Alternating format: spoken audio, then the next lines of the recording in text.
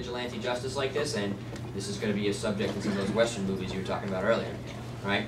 But you have punishments that don't necessarily fit the crime, right? Say it's a land dispute. One guy gets hanged for a land dispute. Yes? Like vigilante, just like that. Huh? Like a vigilante, where you have vigilante justice, you have marshals and vigilante.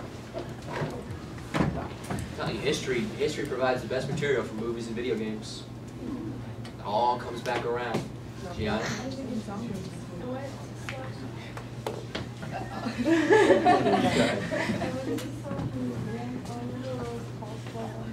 They have that whole prospector thing, and then they have this little thing, and you got the sifters, and you got to find the location. Oh, really? Here in California? Yeah, everything is here.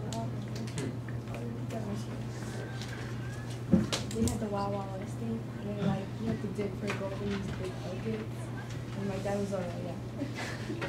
I never had that growing up, because growing up on the East Coast, we didn't have mining or any talk of that. I mean, out west, that's what you guys. Huh? No, just before. Yeah, we had factories. So when we had school field trips, we'd go to places like Lowell, Massachusetts, where they had factories. Right? That's the history that we had around us. You guys had you guys had these mining operations, these wild, wild west towns. And as I was explaining to answer Soto's question, that after you have these towns that use up all the ore deposits, now the town is worthless, and now the area is worthless, and the land's worthless, and these miners move on, and the people in the town go with them. And these towns, this creates these ghost towns across the west. Towns would look like this. Those ghost towns? They are today. Yes? Oh, so what did they do with those towns? Mm-hmm. They like build a new? Sometimes they just abandoned them. No, like nowadays. There's still some around. Actually, there's a couple like historical museums you can go to that were once ghost towns that preservation societies have taken over and created into little field trips for students. Yeah. You know Casino Prim in Vegas? I do not. Oh, never mind.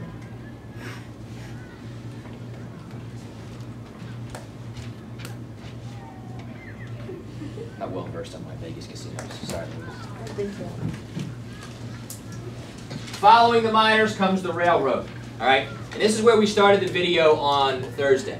All right, where we had aid to the railroad companies.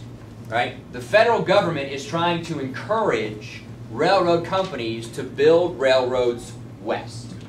Okay, so they offer railroad companies incentives.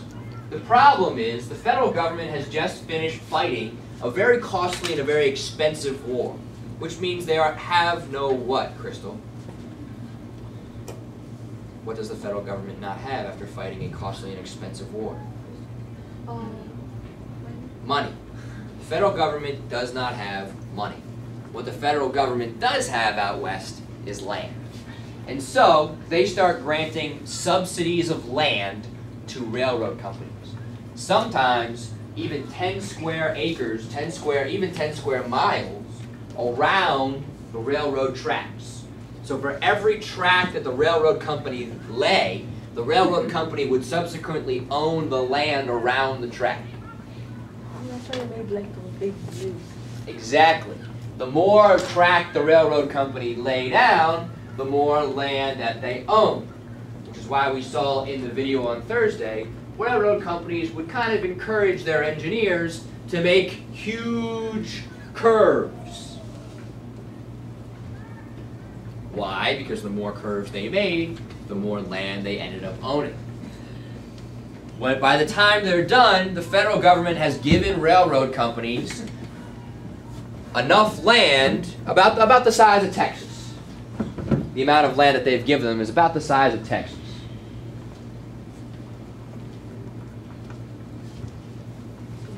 That's a lot of land.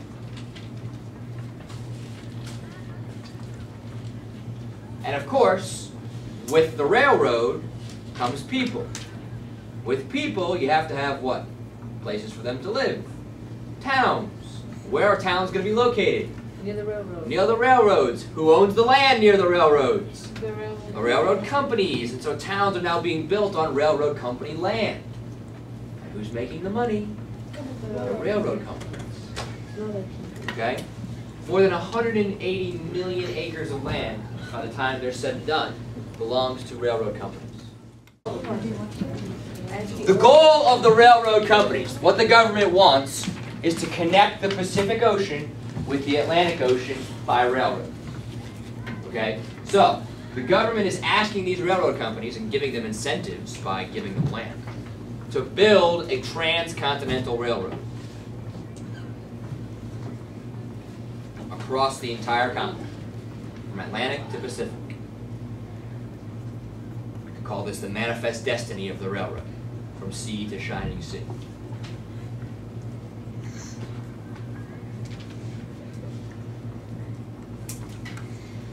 They turned to two companies. The Central Pacific, which would start in Missouri. They already have railroads that get out to Missouri. So they'll start in Missouri and build west. This company is led by a man named Leland Stanford. Is he on the University of Stanford? Correct, he's the founder of Stanford University. Hmm? What year was that? 1880 something.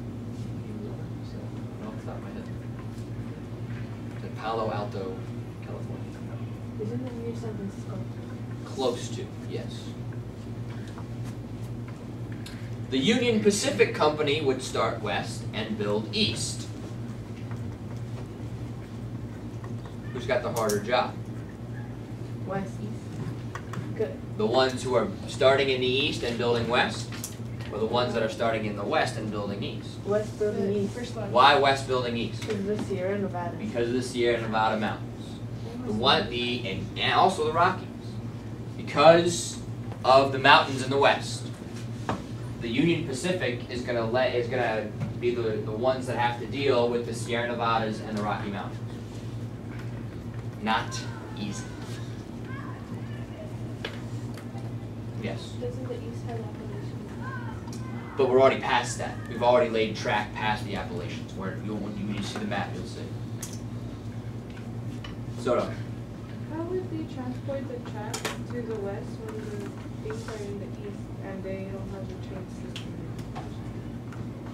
Good question. Makes everything more difficult. Hmm?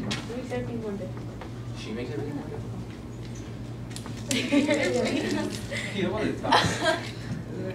Why? Because she asks really excellent questions. Yes.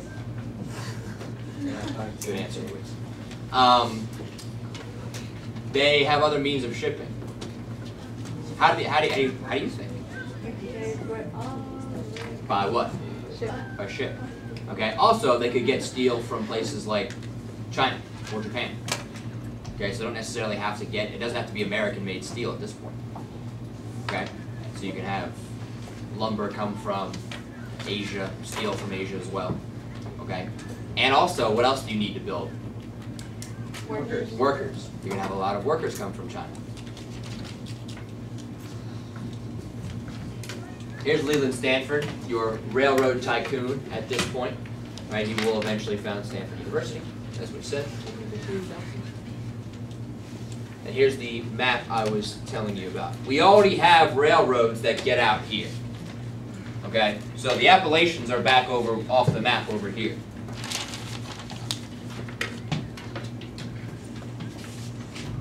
Over here.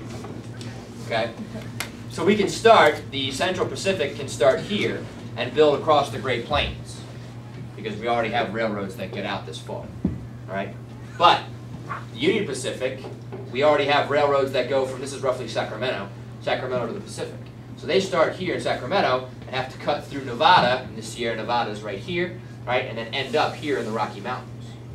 Right, so they have the much harder job, and you can see they lay about half the track as the Central Pacific does. Right? Because frankly, they have to go move a lot slower.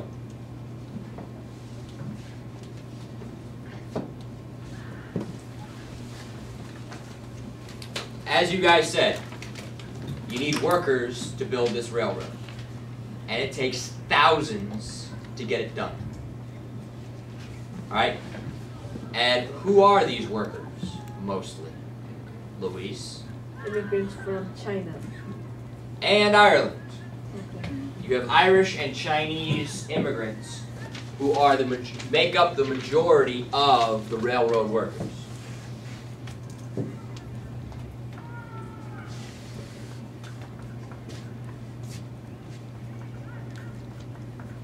Is it an easy job? No. No. Is it a safe job? No. No. Get most of them done. A lot do. I won't say a large majority, I'm not 100% sure.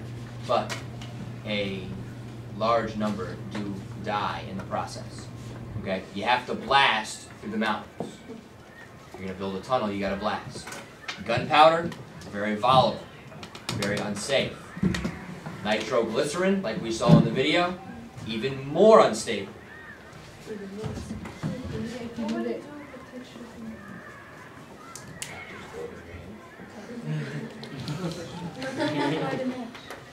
Not nitro.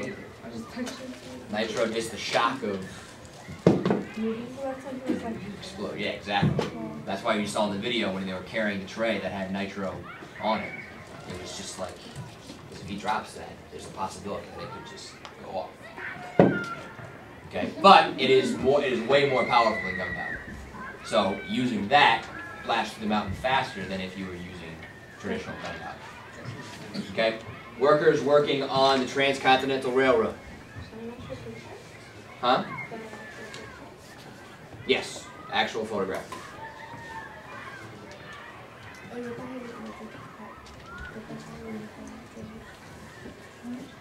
This is a drawing. Okay. But also, you have to remember that those who are planning the railroad have planned their route, right? But they don't know much about the terrain. So when they get to the mountains, they have to go through them.